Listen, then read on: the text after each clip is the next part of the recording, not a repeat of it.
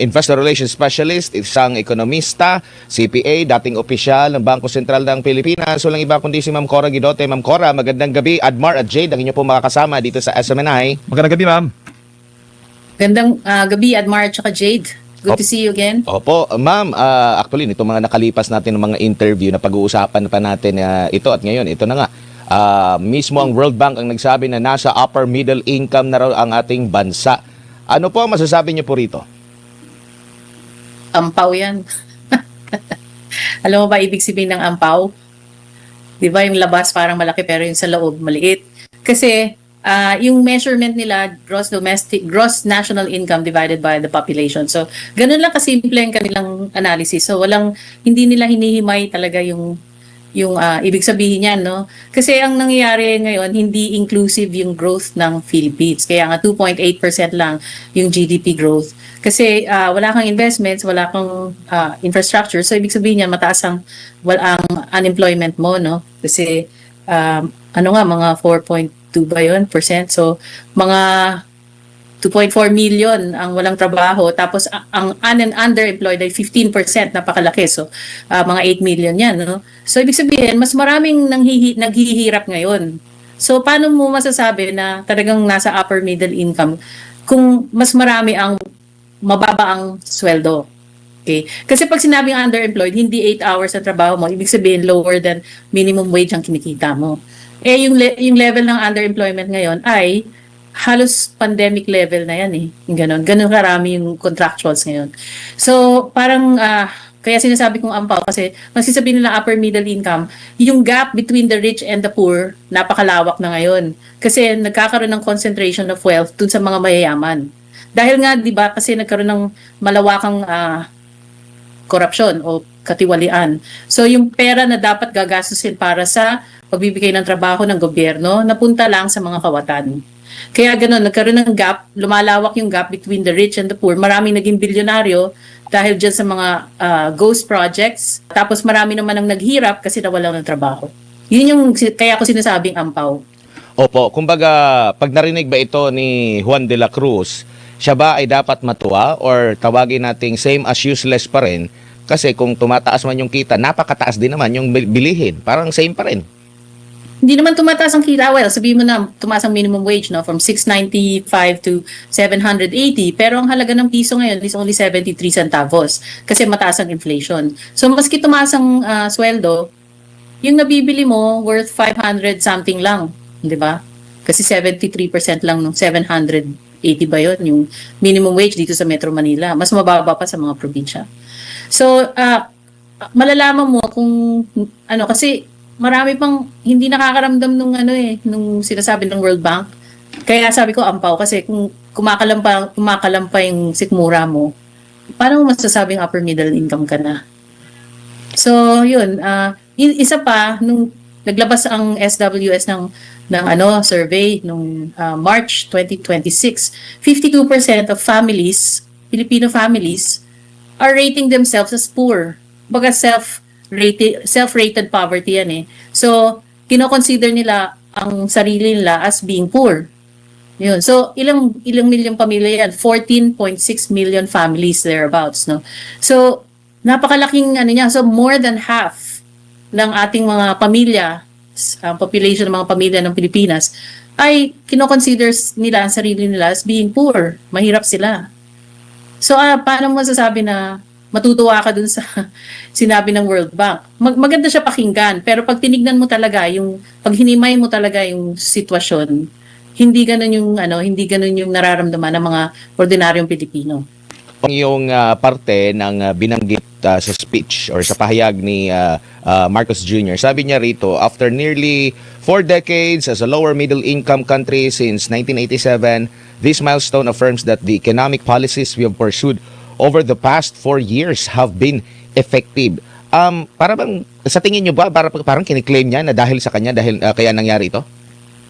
Budol yun, kay maniwala, kasi yung economic growth nga natin, 2.8% na lang ng first quarter. December last year, it was 3%. How can he claim that his economy is doing better when the economy is slowing further, no? So, from 4.4%, from 4% in the previous years, O, 2.8% na lang ngayon. Dapat nga kung maunlad ang economy, kung maunlad ang kanyang polisiya, dapat ngayon 6% ang growth natin.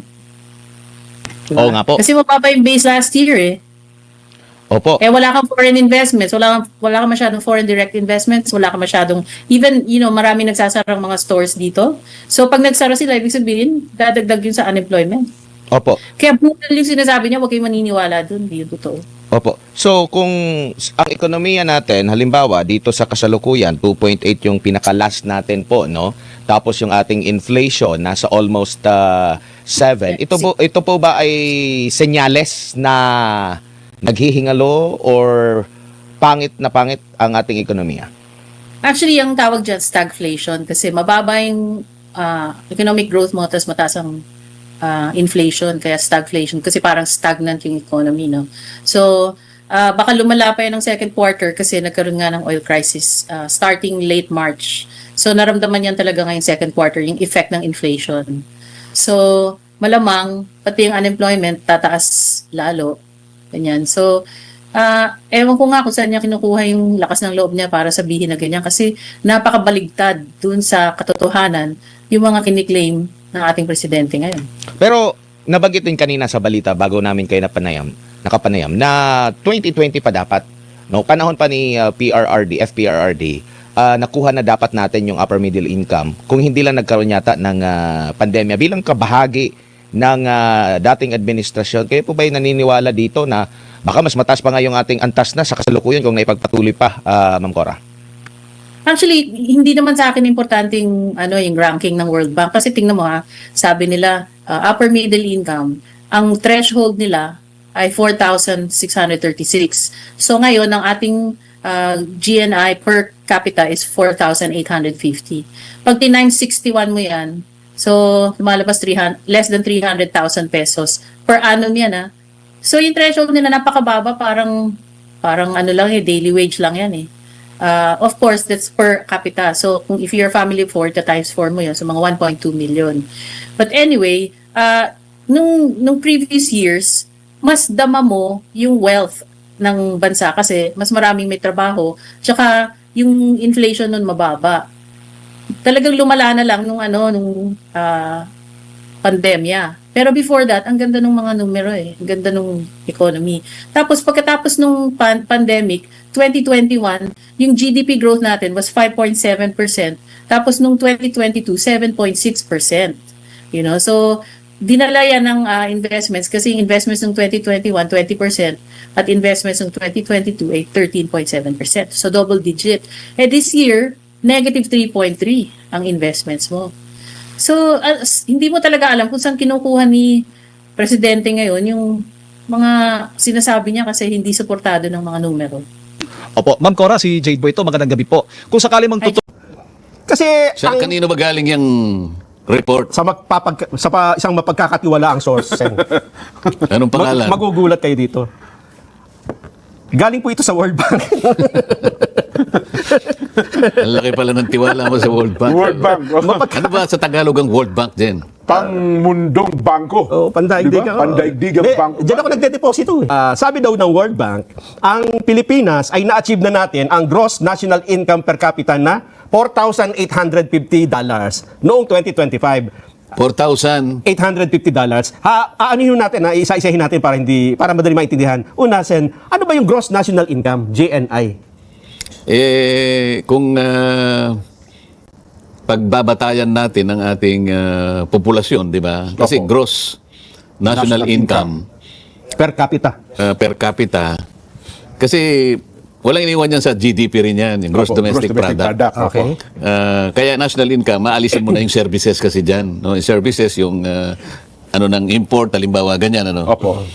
So, kung napagtibay nila base sa per capita income, ito nga yung GNI kanila, gross national income, kung na-compute nila 4,000 ilan? $850. Oho. Almost 5,000. In 2025. Oho. $4,850 bawat isang Pilipino. Per capita. Yes. Yun ang kanilang income. Yes. So dollar yan, magkano sa piso? Peso. I-multiply mo ng 60. Paki-multiply mo ng 60. 61. 61. 61. Oh. Di, para madali lang po. 4,850 times 60. multiplied by 61. Oo, 61. Siguro 61.5 kasi tumaas na naman sa dyaryo 61.80 eh. Oho. So para makasiguro tayo 61.5. Aha. 4,850 times 61.5. Oh. Di 298,275 sa Oo. Philippine peso. Oh, divided by ilang ano yan sa annual yan eh. Opo. Oh, divided by 12 para makita mo. Divided by 12. Oh. Oho. Equals 24,856.25. Oh, ibig sabihin yan ang isang mamamayan, Oho. ang katumbas ng kanyang kinikita sa ilalim ng ating pambansang kabuhayan, 20,000 ang bawat isa. 24,000 po. O, 24,000. Ngayon, tatanungin natin ang mga kaibigan natin. Halimbawa, Kababayan kasi natin, per capita ito, ibig sabihin, bawat isang isa. Pilipino. Yun ang minimum dapat, ano? Oo, halimbawa, ikaw, yung kumikita ka ng 24,000, ang asawa mo 24,000, yung anak mo 24,000, ganun ba? Dapat ganun kung susundin natin. Kung susundin mo yan, pumunta tayo sa kanayunan. Opo. Halimbawa, sa Barangay Apulid. Oo, yung mga nagtatrabaho. Tarlac. Oho. Tanungin mo yung aking kapatas, si Briggs. Briggs na Baera. Oo. Oh. 25,000 ba ang kita mo, Briggs? Oo, palagay ko dahil kapatas niya eh. Oo. O paano yung dalawang assistant niya? Ah. Kailangan 24 din ang minimum, di ba? So in other words, parang standard yon Yes po. na sa aking palagay ay hindi naman naabot pa sa ngayon. Oo, nun sa mababa. Pagkatapos, ito pa yung isang consideration doon. Halimbawa, 20 pesos, 24 pesos dyan, ano? Opo. Pero ito last year pa sinasabi mo. Okay. Di Opo. ba? 25, opo. 2025. Oho. Ngayon, aalisin mo yung epekto ng inflation dyan. Kasi mataas ang ano ngayon, ang Inflation, oo. bilihin ngayon. Oo. So, aalisin mo pa yung 8% niyan. I-deflate mo yan para maging realistic. Ayun. Sa mga tweet, ang kinukuha nila yung range. Yung pinakamababa at pinakamataas. Tapos yung nasa range tayo. Kung minsan hindi applicable, kasi sa ating bansa, ang mga mayayamang Pilipino, halimbawa yung 10 pamilyang mayayaman, Mga 2% lang sila. o yung nando sa Forbes, list ng Forbes, Yes po. Oh. Yung mga kapitbahay doon. 95% ng kabuhayan ng bansa Nasa kanila. ay sila lang ang nagre-represent. Oo. Oh, yung 90% naman, 5% na lang ang paghahatian. Ayun. So, nandun yung disparity. Oo. Kung sinasabi mo na para lang lahat makita natin, ipaghalimbawa natin. Opo. Alam mo yung pagkain na gustong-gusto ko nung bata ako na kapag pumupunta sa Maynila ang tatay ko, ang palagi kong binibilin sa kanya, bumili siya ng ampaw. Yung rice. Opo. Rice crackers. Rice cake. Gusto ko yun eh. Opo. Medyo oblong yun. Bilog. Okay. Oo. Pero walang laman sa... Oh, mamagaan. Puro hangin po yun. Puro ano yan. Opo. Ibig sabihin, maganda sa labas. Oho. Pero wala siyang laman sa loob. Opo. Yun ang ampaw. Gustong-gusto kong kinakain yun. Oo. Ewan ko ba, dahil siguro, yun na lang ang kaya ng bilhin ng tatay ko. Ang ampaw kasi namin ni Nelson, sobrang pula ho eh. Sobrang Oo. ampaw. Anong sa Ano na, maganda lang siyang nakikita. Oh, Di ba? pero wala laman. Pero yung laman, hindi ganun ang ano. Hindi necessarily reflective dun sa size nung ampaw. Sana kung may laman yun, halimbawa, sa loob nun punong-puno ng sinangag. Ibang usapan yun. Di ba? Puro hangin nga yun. Oo. Tayo daw ay dahil doon, lagpas na tayo sa $4,636 na threshold ng upper middle income economies. Kaya ang Pilipinas ngayon ay kabilang na sa mga bansa na upper middle income economy. No, pero yung significance nun, Oo. maintindihan kaya nung pangkaraniwang manggagawa. Lalo na, sabi ko nga sa'yo, yung nando sa mga depressed area na napakarami ng mga kababayan natin dyan. Sa mga tweet, yung equitable distribution nung sinasabi nung GNI na yan, Opo. mukhang hindi nagkakaroon ng katuparan kung ibabatay mo doon sa kanilang actual na kalagayan. Okay. Sana man lang kung halimbawa yan ay totoong nakikita natin yung kaganapan yan. Opo. Ibig sabihin, halos ang bawat isang Pilipino talagang kumikita ng 24,000 pesos per month. Aba. Oho. Kapag gayon ay hindi totoo sa pakiwari natin, sabi ko nga sa'yo, walang iniwan sa ampaw, maganda lang siyang tinitingnan. Oho. Kaya tama, yung disproportionate gains Oo. ang nangyari. Ang tumaas ang pera, yung nandun sa 2%. Oho. Malaking-malaki nga siya talaga eh. Halimbawa, yung national income, kaya lang, yung pinuntahan ng benepisyo ng Ayun, income, oo. Iilan lang. yung distribution, disproportionate. yun ang problema. Kaya nga sabi ko sa iyo, yung 10 mayayaman, yung 95% ng income nasa kanila. Oo. Yung 5% na Doon lang natitira, sa iilan, oho. ay yun ang pinagati-hati ng 90% naman. Oo. Kasi 10 eh. Yes po.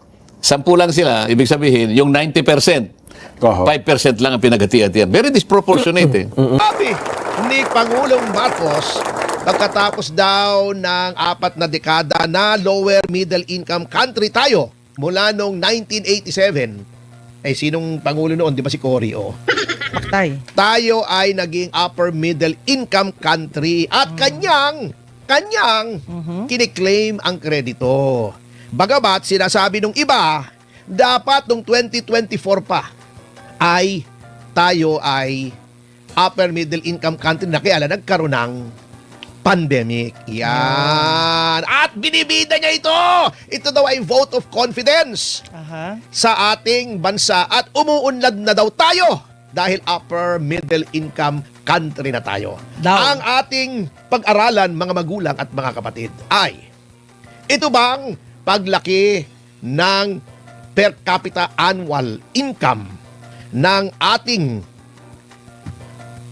bansa ay nangangahulugan na tayo ay umuunlad na. Hindi po. Tignan natin, okay. Tingin ko lang. Gumawa tayo ng halimbawa na madaling maunawaan.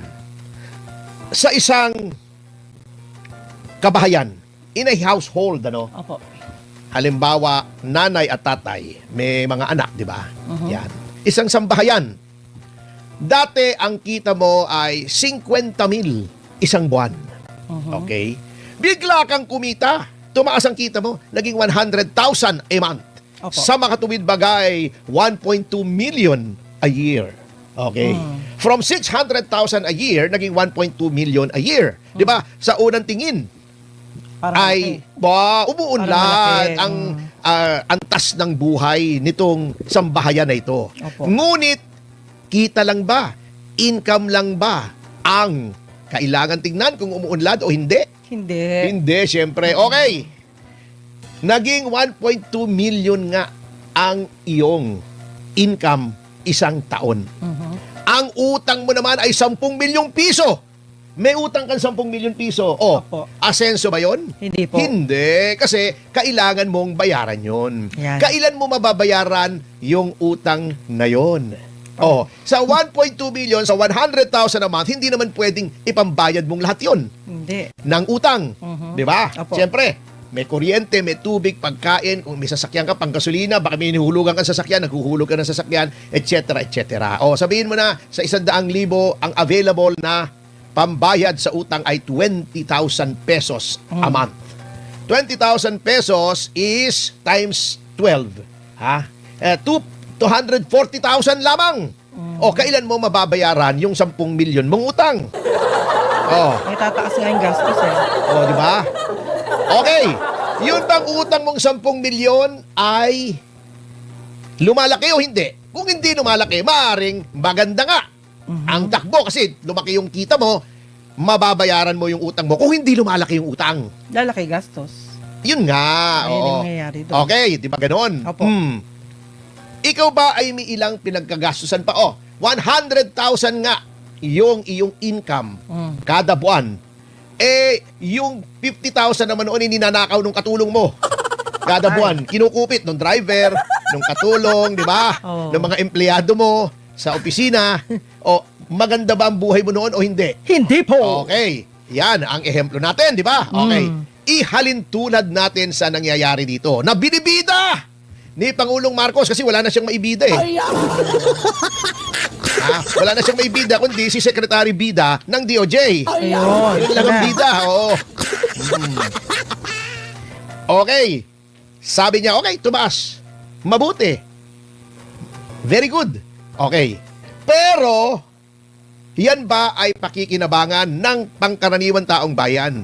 Okay, yung sinabi natin example kanina. Ha? Magkano ang utang ng Pilipinas. Sa kabuuan, Oo. 67.37% yan ang utang. Hindi, porsyento yun eh. Porsyento. Ikaw naman oh. Hindi to kasama. 18.55 trillion pesos Yes. ang utang. Opo, foreign debt. Oo. Okay. Yun ang utang ng gobyerno. Yun ang babayaran. At yung utang na yun, utang talaga yun ha. Hindi yung katulad ng utang ng ina mo ha. Na yung halimbawa, ng utang sa'yo, siyempre alam nga naman tubuan mo yung nanay mo, napakasama mo naman. Hindi pwede yun. Hindi pwede. Utang Oo. ng ina mo, utang ng ina nila, di ba? Oo, utang ng ina nating lahat. Oo. Basta utang. Ayan. Ang utang po ay may interest. So, Yan. lumalaki yung interest noon. Ito lamang sa right now, uutang na naman o umuutang ang ating pamahalaan ng 1.2 trillion pesos. Kaya umabot ng 18 trillion. Kung mapapansin nyo, yun ang sinasabing halaga na ninakaw sa flood control. Okay. So, malaki ang utang natin. Lumalaki nga ang kita ng bawat mamamayan, pero iyong yaman ng ating bansa pumupunta sa utang. Okay. So, hindi ibig sabihin lumaki ang kita mo, kung malaki naman ang utang mo, wala pa rin. din. Walay pa Wala rin. din. Oo, walay pa rin. Walay. Okay. Sige. Malaki ang gastos mo. Kasi nga, yung flood control na wala naman, halimbawa, nagsusugal ka, parang sugal na rin yung mga ghost project eh, di ba? Gagastos ka sa wala naman na pupunta, di ba? 100,000, nagsusugal ka naman. Sabihin mo ng 20,000 yung pambayad. Yung happy 1,000 live viewers sa Yahoy. DCAR YouTube. Nagsusugal ka. So, tanggalin na natin yung 20 mil. So, 80 na lang. Nagsusugal ka. Kinukuha mo pa yung 20 mil sa wala. Di ba? Aha. Magkano na lang natira? Di 60,000 na lang. 60. Di ba? Di Wala konti na na lang, lang. wala na lang. Paano yun? Gumanda ba buhay mo? Hindi, syempre. Lumaki Hindi gastos eh. pwedeng porket lumaki ang iyong Kita. kita ay ikaw ay giginhawa na. Sa 60,000, yung 20,000 noon, ninanakaw pa nung maid, nung empleyado, nung driver, nung hardinero. Nakupit pa. Kinupit pa ng ano natira, 40,000 na lang. Ayun. Wala rin. Yan ang sinasabi ko. Hindi nababawasan yung utang. Kasi ito mo ha. At ito ba ha? Ito mo. Paano sasabihin mo na, let's say, yung lumaki nga yung gastos mo, ay yung income mo, lumaki din naman yung gastos mo. Kita mo. Tignan natin ang ekonomiya ng Pilipinas. Yan. Okay. Tignan natin ha. Ito ha. Hindi po ako nagsasabi nito. Ito ay sinasabi ng IMF, World Bank, Asian Development Bank at Moody's. Moody's yung nagre-rate ng ekonomiya ng mga bansa. Yan. Okay. Okay. Dahil sa flood control, nawala ng kumpiyansa ang pribadong sektor na magnegosyo. Pumapasok yung pera mo pero wala namang negosyo, wala rin, mauubos din. Yun. Kita mo ha, ang gross domestic product ay bumagsak sa 4% ng third quarter ng 2025 kontra 5.5% Opo. sa second quarter. So, pagpasok natin ng 2026 at ngayon nasa kaligitnaan na tayo, mas mahina ang ating ekonomiya. Yan. Kaya yung 2026 growth natin, alam nyo, ibinaba ng International Monetary Fund ng binawasan ng 1.5%. Di ba? Okay. Meron pa tayong taripa mula sa Estados Unidos ng 19%. Tinaasan pa. Nawalan pa Tinaasan yung pa. blue crab natin. Oo. Na yung pala 6 na bilyon ang pinapasok sa atin. Kada taon. Okay. Ito ang ating growth ha. Less than 6% tayo hanggang 2027. Yan. Ang Moody's na downgrade tayo. Dati 5.5% kasi ang projected growth, naging 4.9 na lang, napakababa. Lahat ay mas mababa sa target. Ibinaba na nga ng ating pamahalaan ng target nila hanggang 5 to 6%, mas mababa pa pala. Siguro ang consultant nila dito, si Nato Reyes, kasi mababa. Di bababa. Puro baba. Oo, Ayan na. mababa. Okay. Bumaba. Okay. Di ba? Yun ang mabigat. Inflation. Mataas. Di ba? Paano tayo angat niyan? Ito na. Kita mo, ang sinasabi rito, bagamat tumaas ang income. Di ba, tinaas pa nga yung minimum wage Opo. ng 600, 85 pesos, di ba? Yeah. Tinaas ng 85 pesos, Oo. di ba? Sabi nila historic at okay naman talaga. Mabuti naman. Ngunit, yung mabibili mo sa pera mo ay mas mababa ngayon. Bumaba ng 3.3% ang mabibili mo. So yung mabibili ng 100 pesos mo Total. ngayon, mas maliit sa mabibili ng 100 pesos mo noong 2022, 2023. Opo. So kahit tumaas ang income mo, yung mabibili mo ay mas Kapiranggot. kapunti. Yan ang tinatawag na Kapiranggot. Yan na lang. inflation. Hindi tumitingin sa inflation si Oo. Pangulong Marcos Kaya mali yung analysis, tuwan-tuwa siya.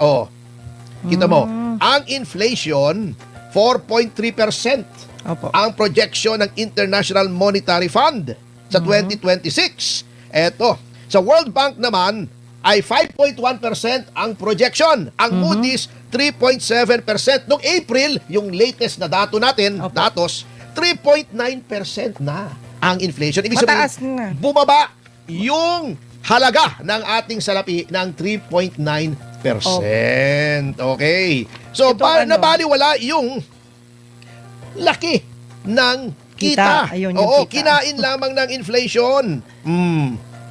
Yun ang mabigat. Oo.